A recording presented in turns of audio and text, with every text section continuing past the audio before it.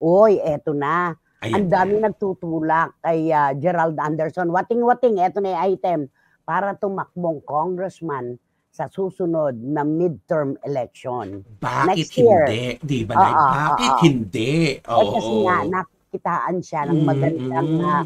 mga senyales ng pagiging mahusay na politiko, 'di ba? Mm. At hindi lang ngayon Nakakatuwa. 'yan, sa lahat pang nagdaang mga sakuna natin, 'di ba, mga ganyan, na makikita mo siya ang present niya nandun talaga. Iba talaga 'to si Oo. Gerald 'no, Naalala ko yung isang matulungin.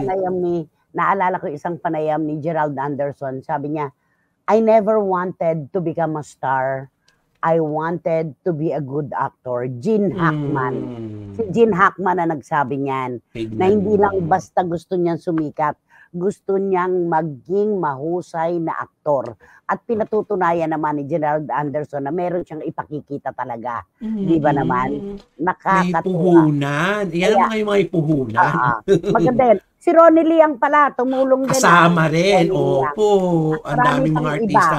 marami pang Mm. iba na tumulong din kaya lang questionable para sa mga kababayan natin yung ibang May mga tumulong. gano'n. Oo, kasi raw kaya lang daw ginawa yun, eh, dahil may inaasahan na kapalit, parang Ayan na, gano'n. Eh, wag na ayan po na. natin banggitin para wag tayong makapanakit. Maganda na lang Correct. yung kay Ronnie Liang at saka itong kay Gerald Anderson, 'di ba? Mm. Maganda talaga.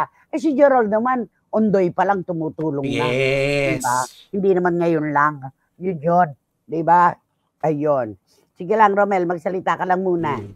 Kaya kaya Nay, yung mga artista, si ano din, meron din akong nakita, si Sugar Mercado nakita ko din namimigay din sa mga kapit lugar niya, nakita ko nagbibigay ng mga pagkain, Nanawagan siya. balot-balot, opo, Nanawagan siya oo. na tulungan daw Yes, yung nakarating kanyang siya, mga sinuong niya rin yung kasamahan. baha ano, Oo, grabe rin. maganda yon, 'di ba? O bakit naman Correct. hindi kung meron naman tayong ikakasa at maaari naman tayong makatulong, why not coconut? At kung talagang si Gerald ay, seseryosohin ito, sa kanya na ang mga Oo. palatandaan na magiging mahusay siyang servant, 'di ba? Oh, Kung ako nasasakupan yan, siguradong iboboto ko yan. Naku, oo, ilalaban ko talaga yan.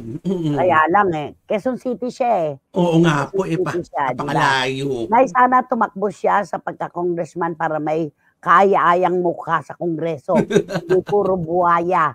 Sabi ni Paulo Ubalde ng Bira Catanduanes, "Hoy Paulo, hindi naman lahat, 'di ba? Masisira lang ang buhay ni Gerald 'pag pumasok siya sa politika." Sabi ni Ching Bautista Silverio, totoo naman 'yan, 'di ba? Magiging magulo lang. Pero kung palatandaan ng pagiging magaling na ano, public servant, puwede, Eto, puwedeng-puwede. Mm. naglilingkod sa bayan. Mm. Okey, ayan. Ay naku, nakakaloka ito, ang dami-daming ano, ang dami-daming nagsasabi dito na sana ay tumakbo talaga si Gerald dahil nasa kanya ang mga qualities. Diyon tama naman, sa totoo lang, 'di ba?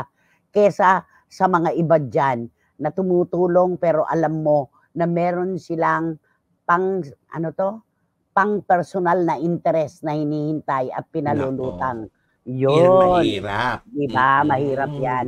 Ang magandang pagtulong yung wala tayong inaasahang kahit ano, 'di ba naman? Correct.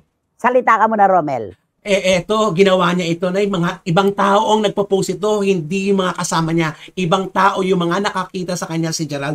Kaya nga tuwang-tuwa ako, viral na viral talaga siya, lalo na sa TikTok. Naku, sana pala, no, mas maganda pa yan kung nandyan din si Julia, no, si Julia Barreto. Ang ganda-ganda siguro Huwag niyan. mo na isama si Julia at, Oo. ano na 'yan, sa lunuran na 'yan pinag-uusapan Nakita baka ko na yung mamaya nilalangoy talaga ni Gerald yan, may kuha siya, lumalangoy talaga siya. kaya nga mahirap naman. Grabe. Baka mamaya si Julia paintindihin niyan baka malunod. Mas maganda na Mm. si Gerald talaga. Ayan po, naku maganda 'yan. Tingnan natin, kung sasagot si Gerald diyan sa clamor ng ating mga kababayan.